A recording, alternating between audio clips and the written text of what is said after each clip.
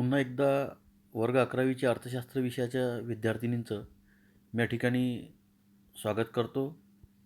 विद्यार्थिनींनो, मागच्या तासिकेमध्ये आपण उत्पादनाचे चारही घटक व त्याचे स्पष्टीकरण आपण सविस्तर पाहिले. आज आपल्याला स्थूल अर्थशास्त्र या दुसऱ्या स्वतंत्र टॉपिकवर चर्चा करावयाची आहे. लक्ष द्या, स्थूल अर्थशास्त्र. आतापर्यंत आपण सूक्ष्म अर्थशास्त्राचे पाठ बघितले. आता स्थूल अर्थशास्त्र. लक्ष द्या, स्थूल म्हणजे मोठे, लार्ज किंवा एकूण, संपूर्ण. स्थूल अर्थशास्त्रामध्ये एकूण घटकांचा म्हणजेच एकूण रोजगार, राष्ट्रीय उत्पादन, एकूण गुंतवणूक, एकूण बचत, एकूण उपभोग, एकूण पुरवठा व एकूण मागणी, सामान्य किंमत पातळी इत्यादींचा अभ्यास केला जातो. लक्ष द्या, स्थूल म्हणजे मोठं, संपूर्ण, एकूण. आणि स्थूल अर्थशास्त्रामध्ये विशिष्ट घटकांचा नाही तर एकूण घटकांचा, अर्थात एखाद्या व्यक्तीच्या रोजगाराचा विषय नाही तर अर्थव्यवस्थेतील संपूर्ण रोजगाराचा, एकूण रोजगाराचा अभ्यास केला जातो. यामध्ये विशिष्ट उत्पादकाचा नाही, विशिष्ट उत्पादकाने घेतलेल्या उत्पादनाचा नाही स्थूल अर्थशास्त्रामध्ये, तर देशात कार्यरत जेवढेही उत्पादक आहे, जे वस्तूचं उत्पादन घेतात, अशा राष्ट्रीय उत्पादनाचं स्थूल अर्थशास्त्रात अभ्यास केला जातो. एकूण गुंतवणूक, वैयक्तिक गुंतवणुकीचा यामध्ये अभ्यास नाही केला जात. जितकेही गुंतवणूकदार आहेत देशामध्ये अर्थव्यवस्थेत कार्यरत, एकूण गुंतवणुकीचं. एखाद्या विशिष्ट कुटुंब, एखाद्या विशिष्ट व्यक्तीची, विशिष्ट संस्थेची बचतचा अभ्यास यामध्ये नाही केला जात, तर एकूण बचतचं, देशात जेवढेही अर्थव्यवस्थेत कार्यरत नागरिक असतील त्या सर्वांच्या बचतीचं. एकूण उपभोग, एखाद्या विशिष्ट व्यक्तीचं, कुटुंबाचं, परिवाराचं उपभोगाचं अभ्यास विषय स्थूल अर्थशास्त्रात नाही, तर देशातील जेवढेही नागरिक आहेत, आपल्या गरज भागवण्यासाठी जेवढ्या वस्तूचा ते उपयोग आणि उपभोग घेतात, त्या सर्व एकूण उपभोगाचं. एकूण पुरवठा, एखाद्या विशिष्ट उत्पादन संस्थेचं एखाद्या विक्रेत्याकडून केलेल्या वस्तूच्या पुरवठ्याचा अभ्यास व्यक्तिशः याच्यात केला जात नाही स्थूल अर्थशास्त्रात, तर देशात कार्यरत असलेले जेवढेही उत्पादक आहे, जे वस्तूचं उत्पादन घेतात, वस्तूचं वितरण कार्य अर्थात पुरवठा करतात, अशा एकूण पुरवठ्याचं, तसोबतच एकूण मागणीचं आणि सामान्य किंमत पातळीचं, व्यक्तिगत किंमत पातळीचं नाही, सामान्य किंमत पातळीचं इत्यादींचा अभ्यास ज्या शास्त्राद्वारे केला जातो त्या स्थूल अर्थशास्त्र असे म्हणतात. पुन्हा लक्ष द्या, ज्या शास्त्रांतर्गत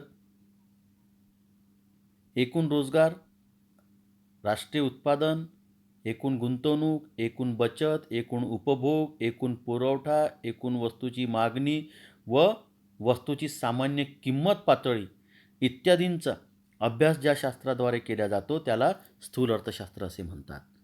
केनेथ बोल्डिंगची व्याख्या बघून घ्या स्थूल अर्थशास्त्राची. स्थूल अर्थशास्त्राचा संबंध वैयक्तिक परिणामांशी नसून एकूण परिणामांशी येतो.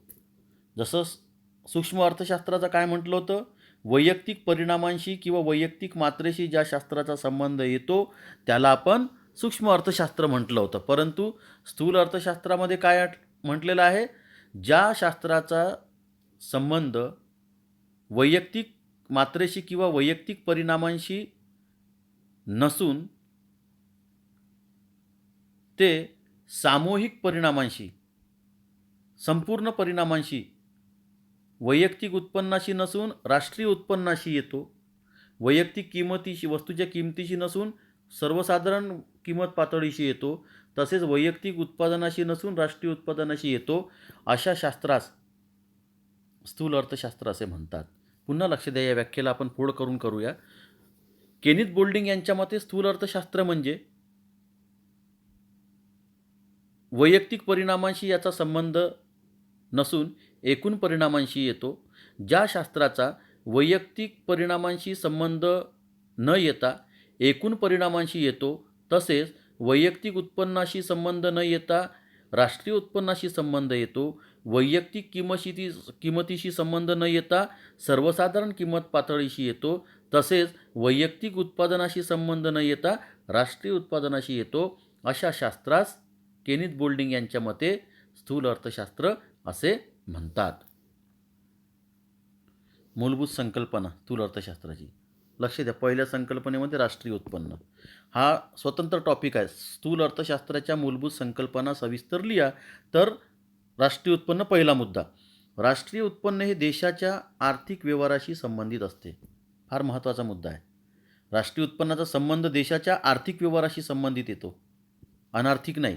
त्याला देशाचे एकूण उत्पन्न असेही म्हणतात. राष्ट्रीय उत्पन्नाला देशाचे एकूण उत्पन्नसुद्धा म्हणतात. लक्ष द्या, राष्ट्रीय उत्पन्न हे देशाच्या आर्थिक व्यवहाराशी संबंधित आहे व याचा संबंध एकूण उत्पन्नाशी येत असतो. एका आर्थिक वर्षात, उदाहरणार्थ फायनान्शियल इयर समजा 2020, तर 2020 चालू आहे, तर हे आर्थिक वर्ष, चालू आर्थिक वर्ष आहे.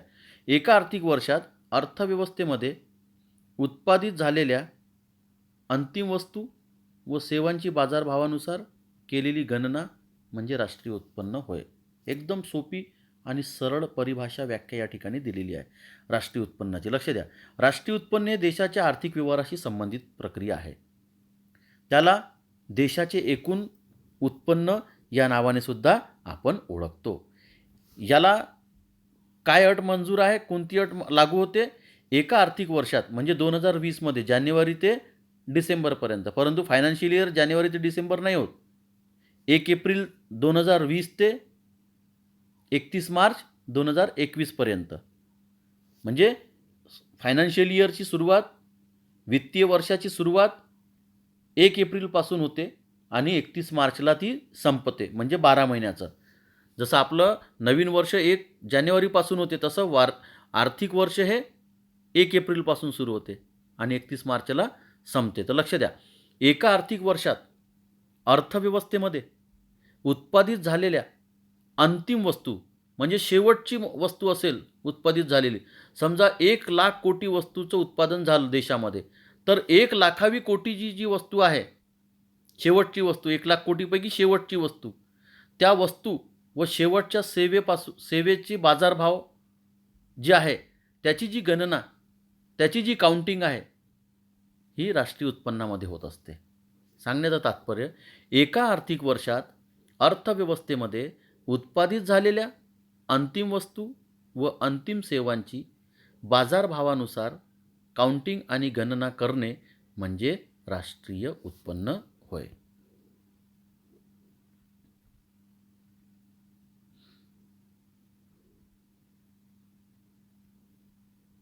लक्ष द्या, राष्ट्रीय उत्पन्न समितीने दिलेली व्याख्या.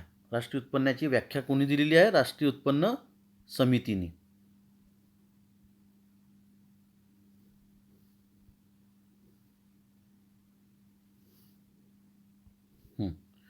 राष्ट्रीय उत्पन्न म्हणजे एखाद्या विशिष्ट कालखंडात, म्हणजे वित्तीय वर्षात, कालखंड म्हणजे वित्तीय वर्ष, फायनान्शियल इयर, उत्पादित करण्यात आलेल्या वस्तू व सेवांची दुहेरी गणना टाळून केलेले मापन होय.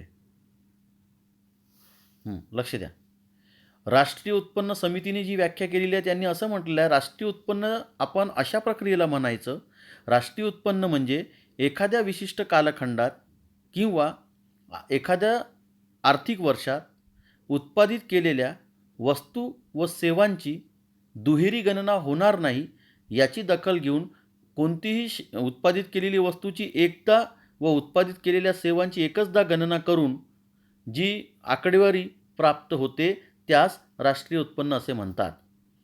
म्हणजे एका कुटुंबाचे ज्याला आपण म्हणू वस्तू तयार करण्याची,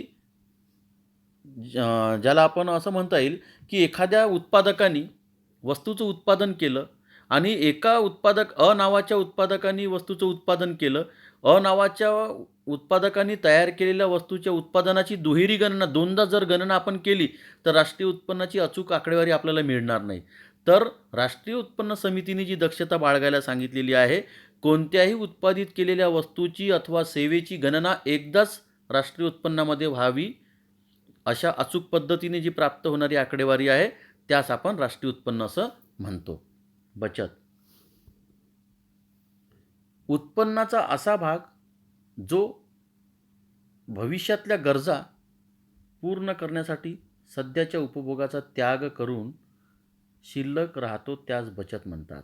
लक्ष द्या.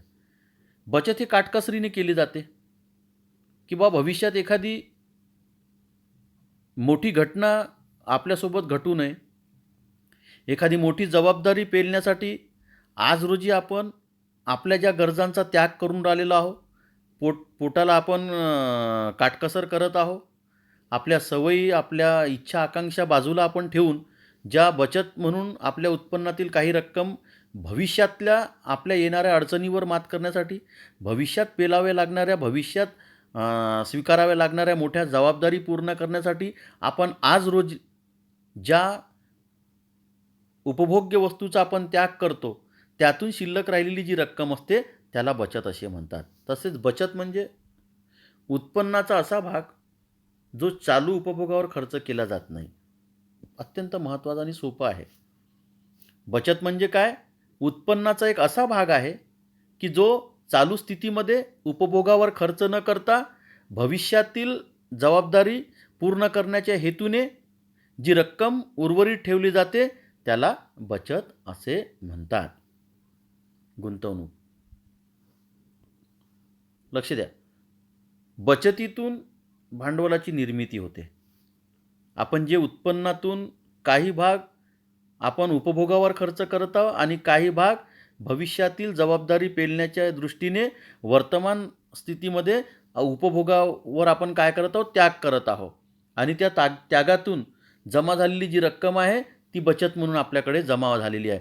आणि ही बचत म्हणून जी रक्कम जमा झाली ती एक प्रकारचं भांडवल आपल्याकडे आलं. लक्षात आलं? आणि बचतीतून काय निर्माण होत आहे?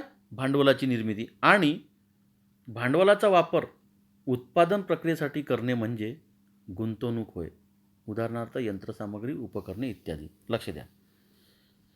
कोणताही व्यक्ती भविष्यातील मोठी जबाबदारी पार पाडण्याच्या दृष्टीने वर्तमान स्थितीत चालू उपभोगातून त्या उपभोग वस्तूचा त्याग करून उत्पन्नातून काही भाग बचत म्हणून जे ठेवतो, ही बचत म्हणून जमा झालेली जी रक्कम आहे ती भांडवलाचं स्वरूप घेते.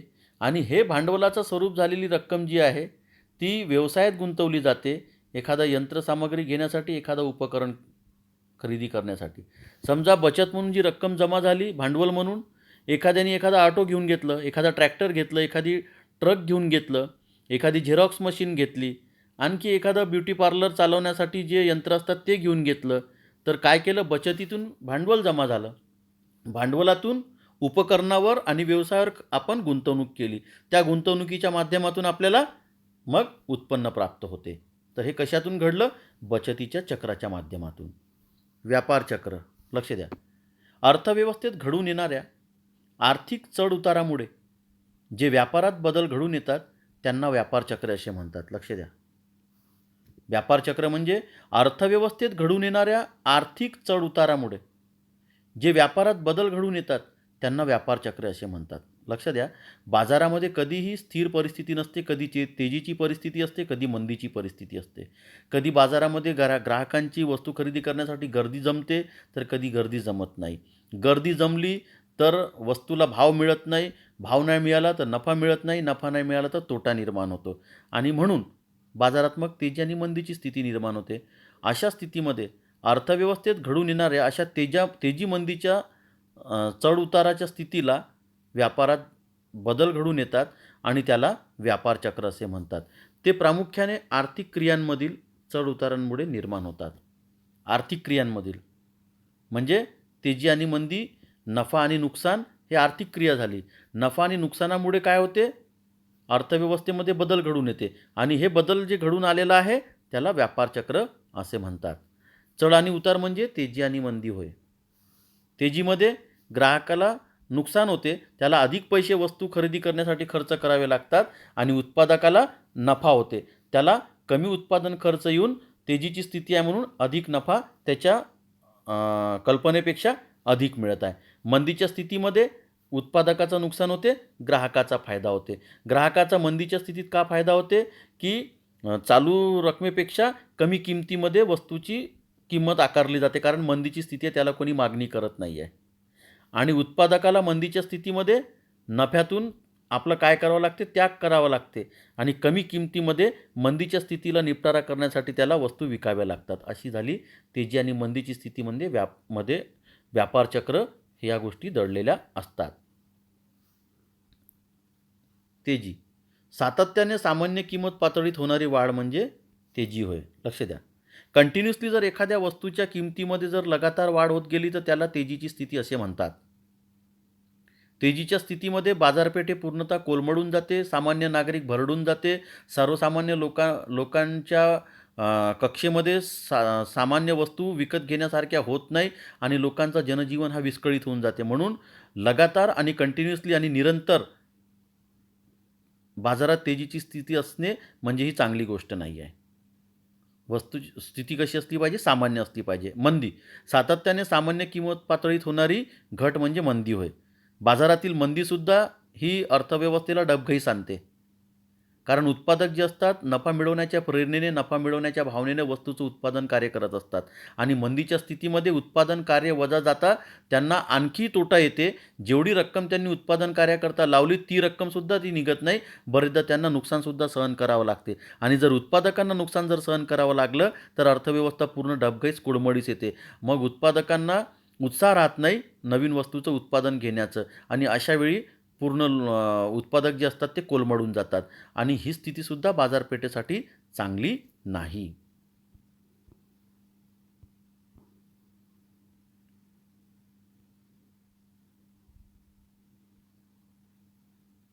तुम्हाला माहीत आहे का? लक्ष द्या. व्यापारातील चक्रीय बदलामुळे निर्माण होणाऱ्या बेकारीस चक्रीय बेकारी असे म्हणतात. लक्ष द्या. व्यापारातील चक्रीय बदलामुळे, चक्रीय बदल म्हणजे व्यापारातील तेजी आणि मंदीच्या स्थितीमुळे होणाऱ्या बेकारीस चक्रीय बेकारी असे म्हणतात. समजा व्यापारातील चक्रीय बदलामुळे बाजारात मंदीची स्थिती निर्माण झाली तर उत्पादक वस्तूचं उत्पादन घेत नाही. वस्तूचं उत्पादन बंद पडलं तर मग बेरोजगाराची स्थिती निर्माण होते. कोणालाही कामावर ठेवल्या जात नाही. सर्व मजुरांना घरी पाठवल्या जाते आणि अशा याच्यामध्ये चक्रीय बेकारी निर्माण होते. आर्थिक वृद्धी. आर्थिक वृद्धी या संकल्पनेला संख्यात्मक दृष्टिकोन आहे. लक्षात घ्या, महत्त्वाचा मुद्दा आहे संख्यात्मक दृष्टिकोन. आर्थिक वृद्धी या संकल्पनेला कशाची जोड आहे? संख्यात्मक दृष्टिकोनाची जोड आहे. सोप्या शब्दात सांगायचे तर आर्थिक वृद्धी म्हणजे दीर्घकाळात देशाच्या वास्तव उत्पन्नात झालेली संख्यात्मक वाढ होय, गुणात्मक नाही. लक्ष द्या.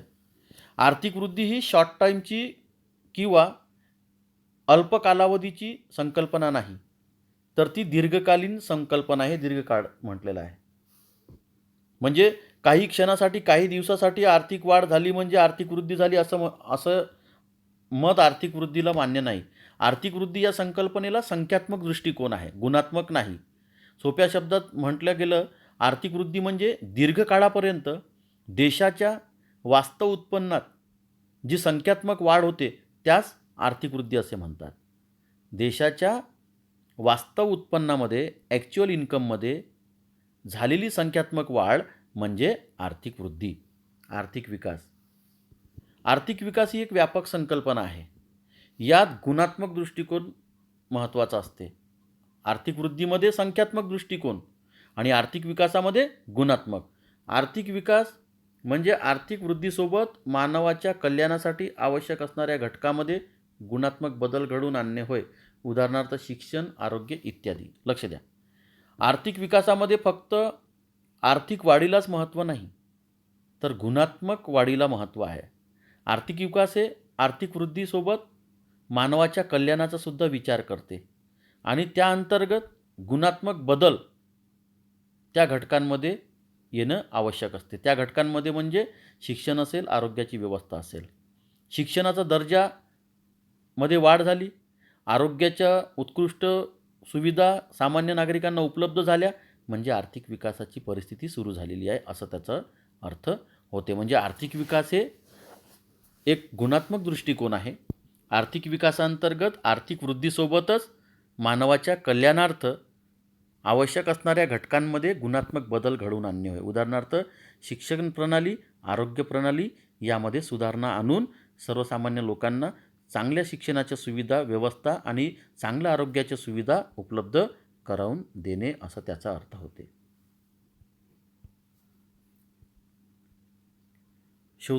शोधा पाहू.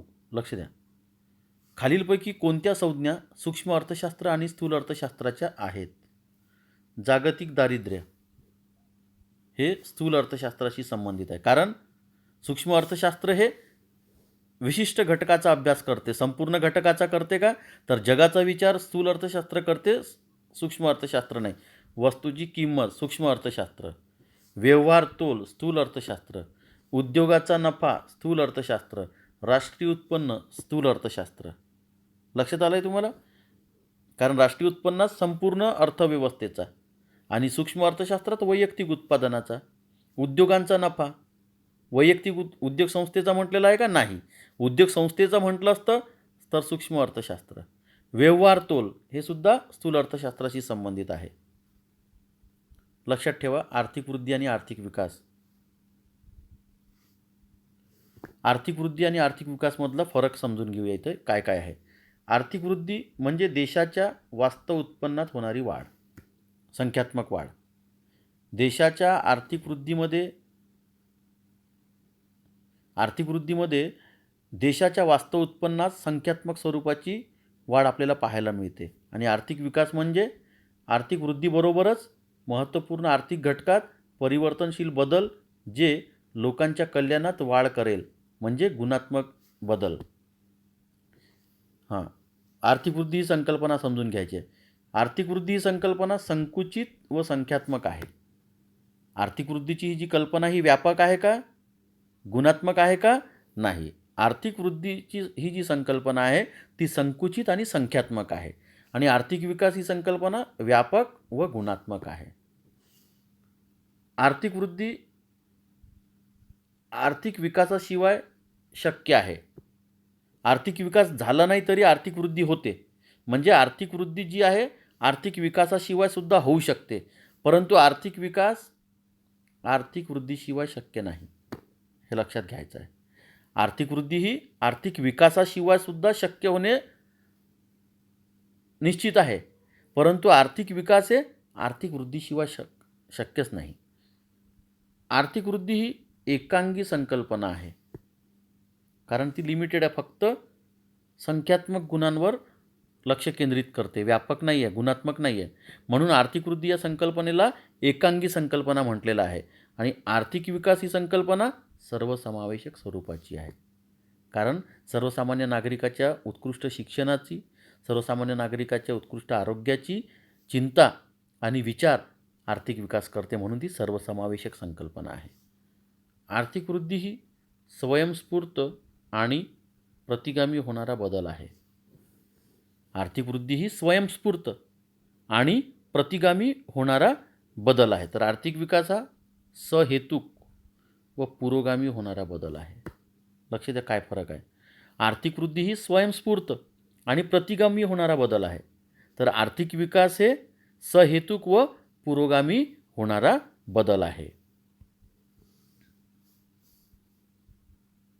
आर्थिक वृद्धी ही राष्ट्रीय उत्पन्न व दरडोई उत्पन्नाद्वारे मोजली जाते. नेहमी लक्षात घ्यायचं. आर्थिक वृद्धी ही संकल्पना राष्ट्रीय उत्पन्न व दरडोई उत्पन्नाद्वारे मोजली जाते. आणि आर्थिक विकास हा कृषी उत्पादकता, औद्योगिक उत्पादकता, जीवनमान दर्जा इत्यादीद्वारे मोजल्या जाते. म्हणजे लक्ष द्या, आर्थिक वृद्धी हे फक्त राष्ट्रीय उत्पन्न वाढलं, दरडोई उत्पन्न वाढलं तर त्या देशाची अर्थव्यवस्था चांगली आहे असं मत मान्य करते. म्हणजे आर्थिक वृद्धी फक्त राष्ट्रीय उत्पन्न आणि दरडोई उत्पन्नाच्याद्वारेच मोजली जाते, परंतु आर्थिक विकास तसं नाही आहे. तुमचं राष्ट्रीय उत्पन्न आणि दरडोई उत्पन्नासोबत आर्थिक विकास, उत्पादकता, औद्योगिक उत्पादकता म्हणजे उत्पादन किती वाढलं, उद्योग किती वाढले, जीवनमानाचा दर्जा म्हणजे लोकांचं राहणीमान वाढलं की नाही वाढलं पूर्वीच्या तुलनेत इत्यादीद्वारे मोजल्या जाते. ज्या देशाचं उत्पादकता, औद्योगिक उत्पादकता आणि जीवनमानाचा दर्जा उत्कृष्ट आहे तो देश विकसित देश आहे असा आर्थिक विकास मान्य करते. जर उत्पादकता कमी, औद्योगिक उत्पादकता मागासलेली व जीवनमानाचा दर्जा एकदम खालावलेला तर तो देश गरीब आहे. असं म्हणजे आर्थिक वृद्धी होऊ नये या 3 बाबीमध्ये जर पिछाडलेला असेल तो देश, तर तो समृद्ध आणि विकसित आहे, असं त्याचा अर्थ आर्थिक विकास कबूल करत नाही. अशा प्रकारे या ठिकाणी हा प्रकरण आपला संपलेला आहे. आपण आता स्वाध्याय या मुद्द्याकडे आपण वळणार आहोत. तर मी यामध्ये फक्त तुम्हाला जे या घटक चाचणीमध्ये जे तुम्हाला प्रश्न विचारले जाणार आहेत, फक्त त्याच विषयी मी आपल्याला या ठिकाणी वस्तुनिष्ठ प्रश्नावर चर्चा करूया आणि जेव्हा आपण प्रत्यक्ष तासिकेमध्ये भेटू तेव्हा आपण स्पष्टीकरणात्मक प्रश्नावर चर्चा करूया. तर लक्ष द्या, योग्य पर्याय निवडा.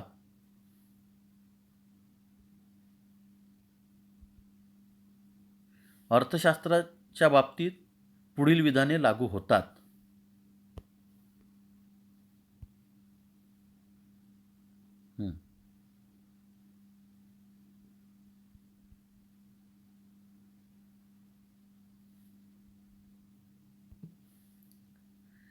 पर्याय निवडायचा आहे तुम्हाला.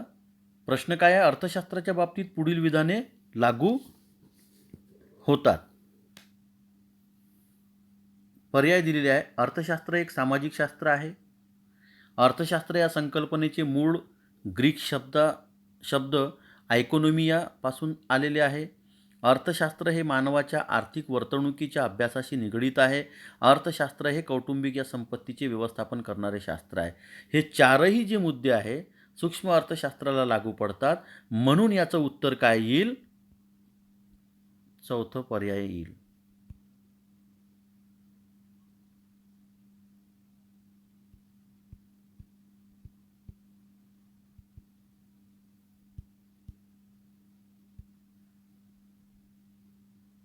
अ, ब, क आणि ड हे याचं प्रॉपर उत्तर आहे. तर याच्यातलं चौथ्या नंबरचा पर्याय तुम्हाला निवडावं लागेल. दुसरं, ॲडम स्मिथ यांच्या बाबतीत कोणते विधान लागू होत नाहीत? ॲडम स्मिथ यांच्या बाबतीत कोणते विधान लागू होत नाही? जी विधानं दिलेली आहेत त्यापैकी कोणतं ॲडम स्मिथला लागू होत नाही ते पाहायचं आहे. प्रश्न काय आहे? ॲडम स्मिथ यांच्या बाबतीत कोणते विधान लागू होत नाही? तर ॲडम स्मिथ यांना सनातनवादी अर्थशास्त्रज्ञ म्हणतात. ॲडम स्मिथ यांनी राष्ट्राची संपत्ती हा ग्रंथ लिहिला. अर्थशास्त्र हे संपत्तीचे शास्त्र आहे. अर्थशास्त्र हे सामान्य माणसाचा अभ्यास करते. तर यापैकी तुम्हाला कोणता पर्याय निवडायचा आहे? साधारणतः पर्याय नंबर 1 हा याचं उत्तर आहे. ड.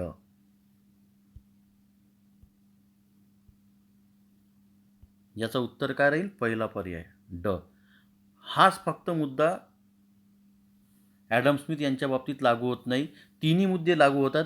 ॲडम स्मिथ यांना सनातनवादी अर्थशास्त्रज्ञ म्हणतात, हे बरोबर आहे. ॲडम स्मिथ यांनी राष्ट्राची संपत्ती हा ग्रंथ लिहिला, हाही लागू होते.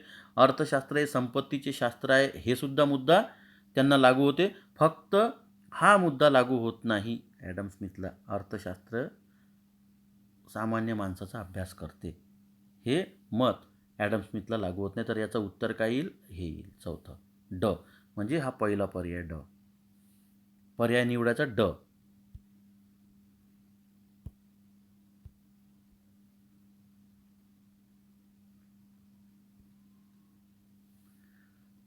लिओनेल रॉबिन्स यांच्या व्याख्येत पुढील मुद्द्यांचा विचार केला आहे. लिओनेल रॉबिन्स यांच्या व्याख्येत पुढील मुद्द्यांचा विचार केला आहे. पहिला आहे अमर्याद गरजा. दुसरा आहे मर्यादित साधने. तिसरा आहे गरजांचा अग्रक्रम नसतो आणि साधनांचे पर्यायी उपयोग. तर याला पर्याय दिलेले आहे अ आणि ब. अ आणि ब म्हणजे अमर्याद गरजा आणि मर्यादित साधने. दुसरं काय आहे? ब आणि क. ब काय आहे? मर्यादित साधने आणि क काय? गरजांना अग्रक्रम. तिसरं काय आहे? अ ब क आणि ड म्हणजे चारही अमर्याद गरजा, मर्यादित साधने आणि साधनांचे पर्यायी उपयोग. चौथं काय आहे? अ ब आणि ड म्हणजे अमर्याद गरजा, ब म्हणजे मर्यादित साधने आणि ड म्हणजे ब आणि अ ब आणि ड. तर याचं प्रॉपर उत्तर जे आहे ते अ ब आणि ड येईल. हे मी जे गुलाबी जे करत आहे हे याचं उत्तर आहे. अ ब आणि ड म्हणजे लिओनेल रॉबिन्स यांच्या व्याख्येत पुढील मुद्द्यांचा विचार केला जातो. कोणत्या मुद्द्याचा? अमर्याद गरजा, अ, ब मर्यादित साधने आणि ड साधनांचे पर्यायी उपयोग. याचा विचार, गरजांचा अग्रक्रमचा विचार याच्यात केला जात नाही. तर याचं उत्तर काय येईल? हे उत्तर आहे याचं. संपत्तीच्या बाबतीत खालील विधाने लागू होतात. लक्ष द्या.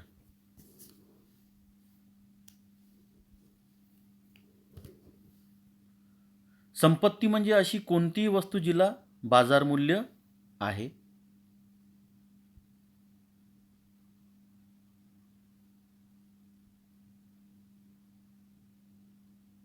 जिला बाजार मूल्य आहे आणि तिची देवाणघेवाण करता येते. हा पहिला मुद्दा. संपत्तीत मनुष्यबाह्यता आहे. संपत्तीत उपयोगिता नसते. संपत्तीत दुर्मिळता आणि विनिमयता आहे. लक्ष द्या. संपत्तीची आपण व्याख्या, त्याची परिभाषा आणि त्याचे विश्लेषण आपण बघितलेले आहे. तर यामध्ये तुम्हाला जो पर्याय याच्यामध्ये निवडायचा आहे प्रश्न क्रमांक 4 पहिलं याचं उत्तर येईल प्रॉपरली अ, ब आणि ड. संपत्तीच्या बाबतीत अ हा विधान लागू होते. कोणता? संपत्ती म्हणजे अशी कोणतीही वस्तू जिला बाजार मूल्य आणि त्याची देवाणघेवाण करते. ब संपत्तीत मनुष्यबाह्यता आहे. ड संपत्ती दुर्मिळता आणि विनिमयता आहे. लक्षात आलं?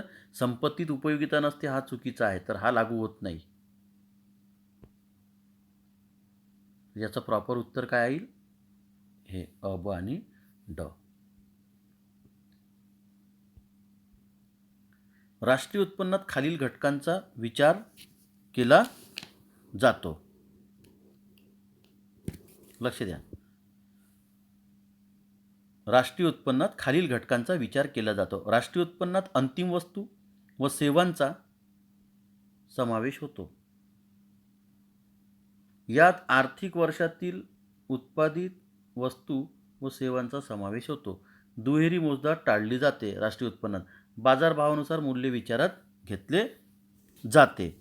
तर या ठिकाणी तुम्हाला हे चारही जे मुद्दे आहे हे चारही मुद्दे राष्ट्रीय उत्पन्नाला लागू होतात. कोणते चार मुद्दे? राष्ट्रीय उत्पन्नामध्ये अंतिम वस्तू व सेवांचा समावेश होतो. आर्थिक वर्षातील उत्पादित वस्तू व सेवांचाही समावेश होतो.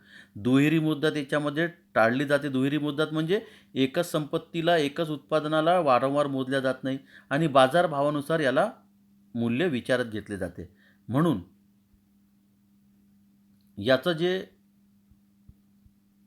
पर्याय आहे याचं उत्तर जे आहे हे तुम्हाला हा वाला उत्तर येईल इथे. एक मिनटं. हा याचा प्रॉपर उत्तर आहे. अ, ब, क आणि ड.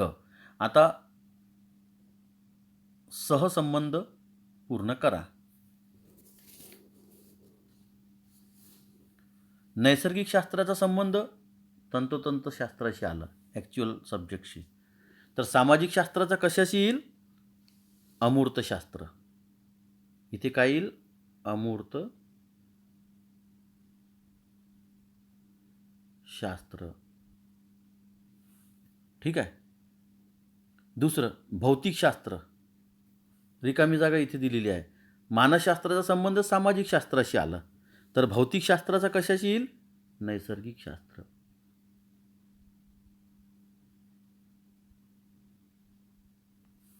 ठीक आहे. तिसरं अर्थशास्त्राचा संबंध कौटिल्याशी आला आणि राष्ट्राची संपत्ती कोणाशी येईल? कोणी लिहिलं होतं तो? Adam Smith.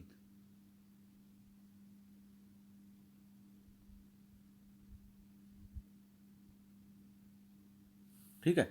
आवश्यक गरजा. आता सुखसोयीच्या गरजा याचा संबंध धुलाई यंत्राशी येते. धुलाई यंत्र हे सुखसुविधेच्या गरजेशी संबंधित आहे. तर आपण या ठिकाणी आवश्यक गरजेच्या बाबतीत इथे आपल्याला हे घ्यायचं आहे. तर हे कशाशी संबंधित येईल? आवश्यक गरजेचं याचं येईल अन्न पदार्थ. काय येईल आवश्यक गरजेमध्ये? अन्न पदार्थ. विनामूल्य वस्तू उपयोगिता मूल्यामध्ये येईल आणि आर्थिक वस्तू, लक्ष द्या, विनामूल्य वस्तू ज्या आहे तुमच्या आर्थिक याच्यामध्ये आलेला आहे. विनामूल्य वस्तू उपयोगिता मूल्यामध्ये, आणि आर्थिक वस्तूचा जो नियोजन आहे तुम्हाला, म्हणजे याचं जे उत्तर आहे आर्थिक वस्तूचं, हे साधारणतः आपल्याला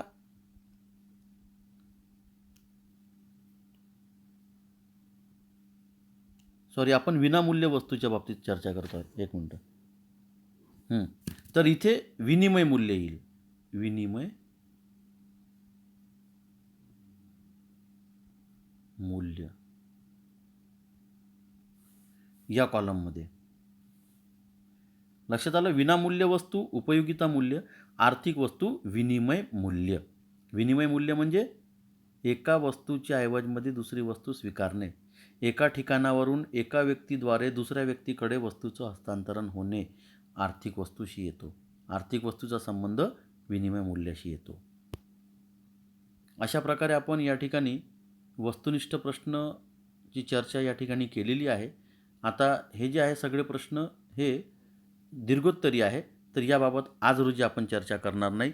मी सर्व विद्यार्थिनींना एकदा पुन्हा विनंती करेल की हा जो शेवटचा व्हिडिओ अत्यंत महत्त्वाचा व्हिडिओ आहे. उद्या होणारा जो तुमचा पेपर आहे तो पेपर पूर्णतः या व्हिडिओवर आधारित आहे. 100% या व्हिडिओवर तुम्ही लक्षपूर्वक ऐका. या प्रश्नपत्रामध्ये तुम्हाला याच प्रकरणामधली प्रश्न, वस्तुनिष्ठ प्रश्न विचारले जाणार आहे. काही प्रश्न स्वाध्यायामध्ये जरी मी या ठिकाणी विचारले नाही, परंतु मी ते तुम्हाला शिकवले आहे. जे शिकवलं तेच विचारले जाणार आहे.